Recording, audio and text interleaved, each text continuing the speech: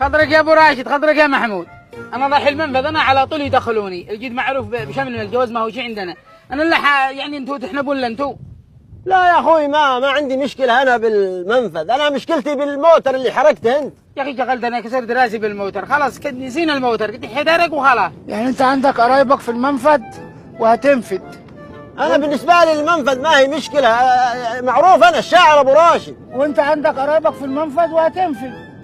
انا بقى اروح فين؟ انفد فين؟ انا عشان ماليش قرايب اروح وسطيكوا وهاتوه وسطيكوا يعني، وكل ده عشان انا ابن البطه السوداء. محمود ما تخاف يا محمود، انت مع ابو راشد. انا كده اخاف اكتر. خلاص الحين خلاص يا ابو راشد، هو محمود تعالوا عندي ضيوف.